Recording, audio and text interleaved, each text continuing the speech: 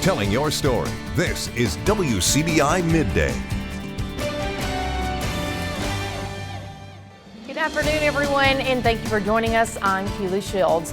A Hamilton man is identified as one of 2 victims in a Valentine's Day homicide in North Carolina over the weekend. 28-year-old Matthew Wade and his girlfriend, 21-year-old Katarina Tavmash, were tragically shot Saturday night. Now, the suspect, 25-year-old Caleb Fosno, was allegedly Katarina's ex-boyfriend. Fosno has been charged with breaking and entering and 2 counts of murder in connection with the shooting. Now, Wade graduated from Hamilton in 2015. His sister tells WCBI that Wade was a former police officer for the city of Aberdeen before working for the Oktibbeha County Sheriff's Department. Wade was currently an active duty Army soldier who was stationed in Fort Bragg, North Carolina. I know there is no word yet on when funeral services will be held. Well, a rare and potentially historic trial begins today in Georgia. Colin Gray is charged with murder and manslaughter.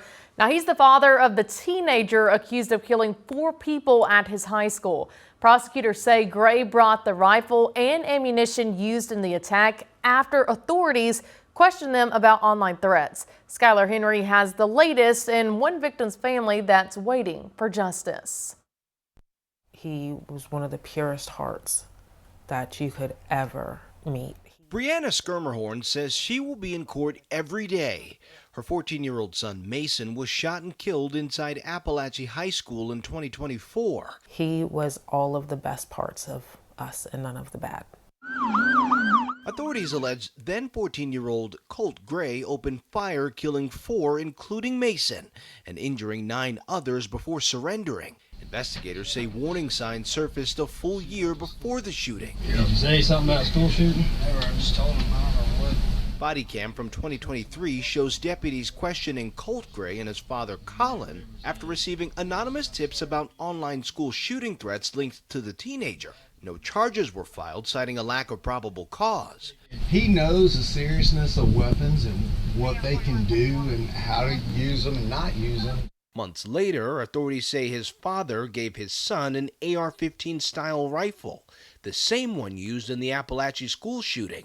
Prosecutors say Colin Gray also bought a larger magazine for more ammunition for the semi-automatic rifle. Legal expert Caroline Polisi says a conviction here could open the door to more parental prosecutions nationwide. This is a cautionary tale for other parents out there that are buying their children's guns, that are aware that their child has potentially mental health issues.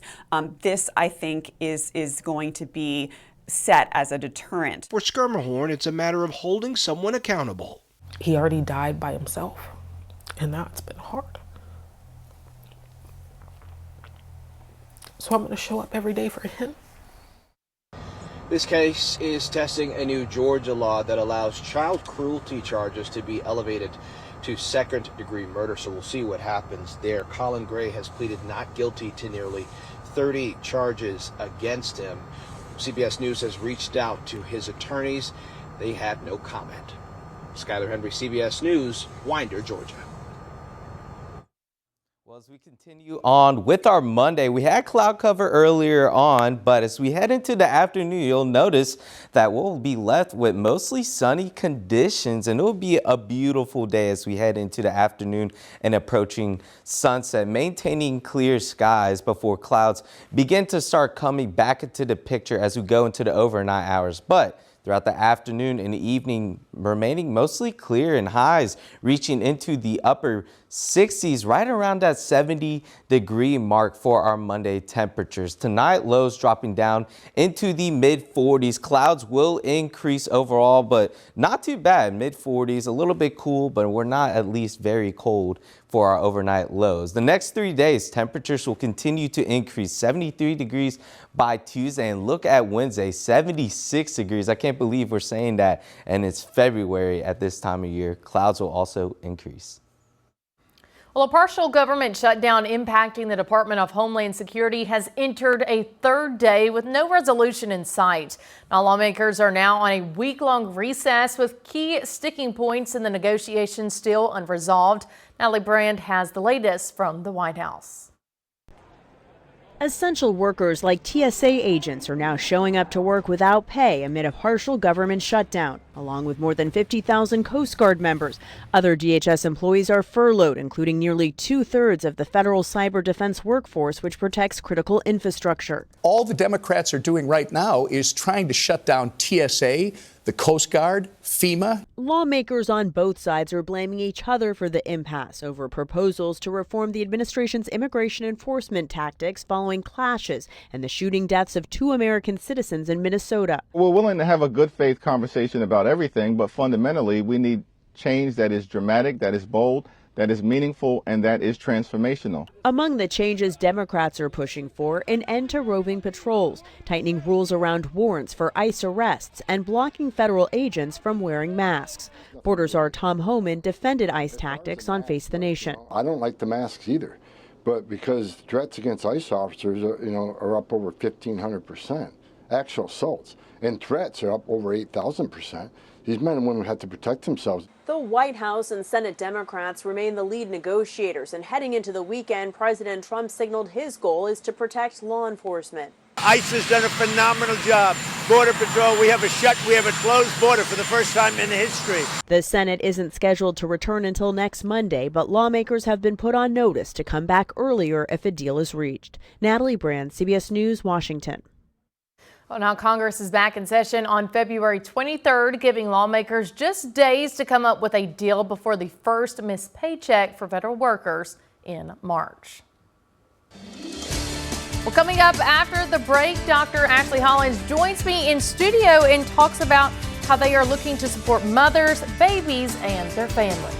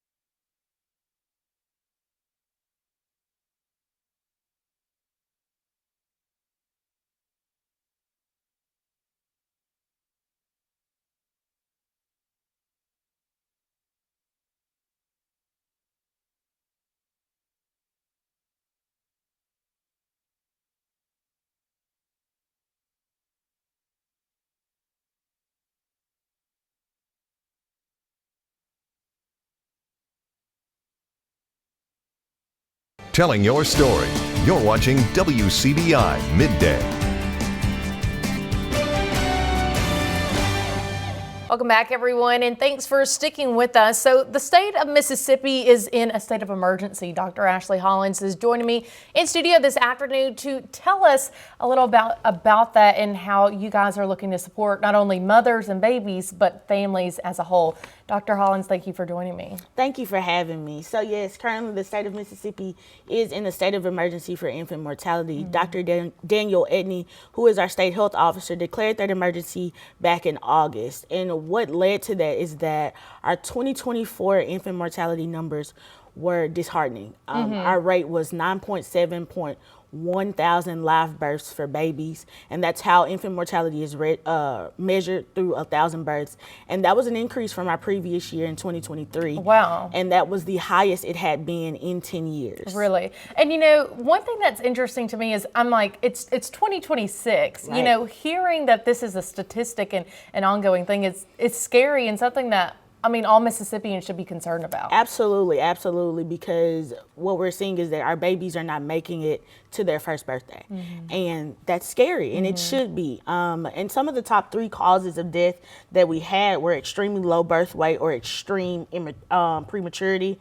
Also accidental suffocation and strangulation in beds. Okay. So safe sleep is a big issue that we're targeting with this infant mortality crisis. And the third one was sudden infant death syndrome. Wow. And so your organization is looking to go into the community, not only to provide resources, but even get feedback. So talk to me about this event coming up, I believe, on March the 1st in Clay County. It's going to be on March the 7th, March actually. 7th, okay. Yes, so the Department of Health has been going to all 82 counties. We're tasked with the efforts of going to all 82 counties and conducting a town hall. Okay. The one in Clay County will be on March 7th in person at the Boys and Girls Club in West Point. Yes. And so what we're looking at is how to solve the issue from the community's eyes. Okay. What we know is that no community is the same, and the fact that I live in Hollins County, so what's going on in Hollins may look in the numbers like what's going on in Clay County, but that's not necessarily the truth. The community can tell us exactly what's happening and how we can help them, how we can come into the community and assist them. We don't want to take over. We want to assist them and provide them resources and education and enhance the efforts that they already have going on. And do you believe these resources are only beneficial after a child is born or even before, during prenatal definitely phases? Before. We know statistics will tell us that a healthy mother leads to a healthy pregnancy, and the healthier that mother is, the better her pregnancy outcomes will be. So what we are looking for is for the community to tell us what they need and how can the health department help. And if the health department can't directly help, how can we partner with other organizations to help? We're targeting our stakeholders in the community, our faith-based organizations and their leaders, our elected officials. We want all of these people to come to the town hall to tell us what they're seeing. Like I said, no county is alike. What happens in Hines doesn't necessarily happen in the Mississippi Delta or Clay County. And guys, you can see all that information on your screen in just a second. Again, this is happening March 7th in Clay County. Dr. Hollins, thanks so much for joining me. Thanks for having me.